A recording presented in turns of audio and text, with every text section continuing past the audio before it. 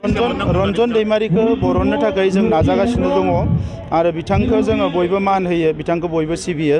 दा बेवहाय बिथांखौ बरननायाव जोङो सुक्ति जाखांनायनि उनावबो दिनैसिम जोंहा 700 जननिबो बांसिन एनडिएफबिनि बिर जोहोलावफोरा जोबथेसालियाव जोबजानानै दङ।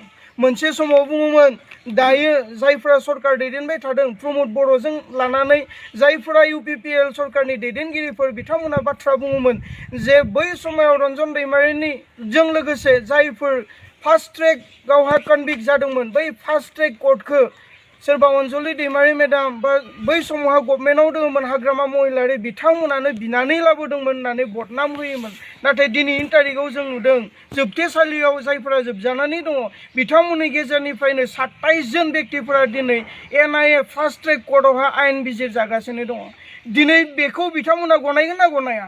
प्रमद बर'निफ्राय लानानै इउपिपिएल गभर्नमेन्टआव थानाय दैदेनगिरिफोरा बे फास्ट ट्रेक कर्टखौ जायफोरनि 27 जन बेक्तिनि दिनै एनआइएनि फास्ट ट्रेक कर्टआव आयेन बिजिरगासिनो दङ बे फास्ट ट्रेकखौ बिथांमोना लाबोना होफैदों होननानै गनायगोन ना गनाया? दिनै बर' रायजो राजाफोरनो बिथांमोना फिननाय होनो नांगौ।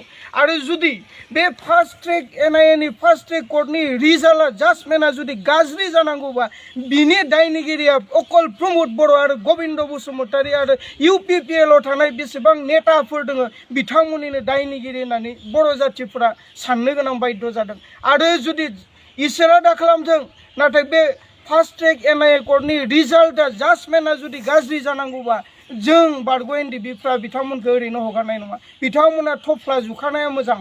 बेनिखायनो जोङो खावलायदों मानगोनां एनआइएनि फास्ट ट्रेक कर्टखौ जेन जोंनि फैबाय थानाय समाव जाय बिर जोहोलावफोरनि आयेनखौ बिजिरगासिनो दङ बिथांमोननि फिथाइया बिथांमोननि जाजमेन्टआ जेन मोजां जायो बेखौ जों आर'ज गाबदों। आरो हुमुग्र बर' रायजो राजाफोरखौ जों आर'ज गाबनो खावलायगोन जाय बेक्तिफोरनि 27 जन बेक्तिफोरनि आयेनखौ दिनै एनआइए फास्ट ट्रेक कर्टआव बिजिरगासिनो दङ बे जाजमेन्टआ जेन मोजां जाहैयो बेनि थाखाय साफ्रोम बर' रायजो राजाफोरखौ आर'ज गाबनो थाखाय जोङो खावलायगोन। बेजोंनो लोगोसे रन्जन दैमारि सारजों लोगोसे जाय बेक्तिफोरा कनभिक्ट जादोंमोन हाइकर्टआवबो कनभिक्ट जादोंमोन बिथांमोननि केसखौ दिनै सुप्रिम कर्टआव जोङो फाइट खालामगासिनो दङ। बेल बुनो थाखाय जोङो गोबां डेट डिफार जाबोदों। बेल हियारिं खालामनो गोबां डेट लादों नाथाय डिफार जाबोदों। नाथाय फैबाय थानाय समाव मानगोनां सुप्रिम कर्टआबो थाबैनो जेन बेल हियारिं खालामनो थाखाय मोनसे चान्सखौ होगोन जों आखा फारिनाय लाखिदों आरो मानगोनां सुप्रिम कर्टखौ जोङो खुथारै खावलायहरदों। आरो बिनि थाखायबो हुमुग्र बर' रायजो राजाफोरखौ आर'जआव थानो थाखाय आरो इसोरनि गुदियाव आर'ज गाबनो थाखाय आं गुरैयै खावलायहरगोन। बेजोंनो लोगोसे आं बेखौ बुंगोन दिनैनि तारिखावहा जे गोबां सुक्तिनि उनाव दिनै गोबां जोंहा मुंख्लंफोर दङ जाय मुंख्लंफोरनो दिनै एक्स ग्रेसिया होनो हायाखै। दिनै लासिं सिं आसाम पुलिसफ्रा दिनै जोंनि मुंख्लंफोरखौ भेरिफिकेसन खालामो, मुंख्लंफोरनि न'आव थांनानै भेरिफिकेसन खालामो। जि हमायाव गावथार जाखांनायनि उनाव डेड बडिखौ आंनि फिसाला बा आंनि हौवा बा आंनि फिसाजो होननानै बुंनानैनो लानो हाया बैखिनि समायाव बोरैजाय पस्टमर्टेम रिपर्ट जों दिहुननो हानो? दिनै मुंख्लं न'खरफोरनि हमायसाया बे दिनै जोंनि पुलिस आसाम पुलिसफोरा दिनै मुंख्लंफोरनि पस्टमर्टेम रिपर्ट नागिरदों जि हमायाव पस्टमर्टेम रिपर्ट दिहुननो खुनु चान्सआनो गैया। आरो गोबां बिर जोहोलावजोफ्रा अबेबा हाजो खंखराव गोमानानै थाबाय, गावथार जानानै थाबाय, डेड बडि मोनासै। बिथांमोननि थाखाय बोरैजाय पस्टमर्टेम रिपर्ट मोननो? बिनिखाय जों खुथारि खावलायबोदों सिगांनिफ्राय दाबो जोङो खावलायगोन बिटिसिखौ जायफोरा दैदेनबाय थादों नोंथांमोना काउन्सिलाव मोनसे आयेन पास खालामनांगौ जे एनडिएफबिनि मुंख्लं जेसेबां दङ बिथांमोनखौ सिक्रिटि होनायनि।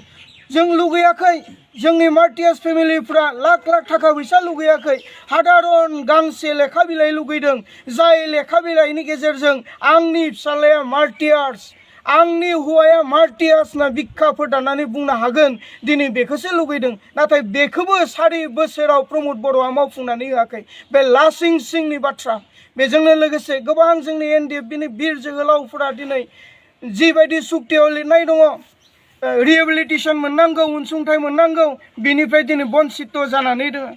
गोबां जोंनि बिर जोहोलावजोफ्रा दिनै सुक्ति बायदियै जि गभर्नमेन्ट जब मोननांगौ बिनिफ्राय बन्सित जानानै दङ बेफोर मोनफ्रोम आकार मावफुंनांगौ दायित्वआ प्रमद बर' आरो गबिन्द बसुमतारी बिथांमोननिमोन नाथाय दिनै एनडिएफबिखौ अबेबा खनाथिं खोबथेनानै दोनदों एनडिएफबि होनना बुंनाय लोगो लोगो बिथांमोना मुगैदों मुजुलादों बिनिखाय जोङो खावलायगोन दिनैबो खावलायगोन जे बिथांमोना जुदि सरकाराव थानानै बे खामानिखौ मावफुंनो हायाब्ला फैबाय थानाय समाव बर' जाथिया नोंथांमोनखौनो मुगैगोन दिनैनि तारिखाव प्रमद बर'आ जेरै एनडिएफबिखौ मुगैदों बेबायदिनो बर' जाथिया प्रमद बर'खौ फैबाय थानाय समाव मुगैगोन बिनि थाखायबो नोंथाङा रेडि जानो रन्जन दैमारिखौ बरननो थाखाय जों नाजागासिनो दङ आरो बिथांखौ जोङो बयबो मान होयो बिथांखौ बयबो सिबियो दा बेवहाय बिथांखौ बरननायाव जोङो 1%बो जोंनिफ्राय फासयनानै थायाखै जों बयबो नाजागासिनो दङ नाथाय हादोरनि मोनसे आयेन सिस्टेम दङ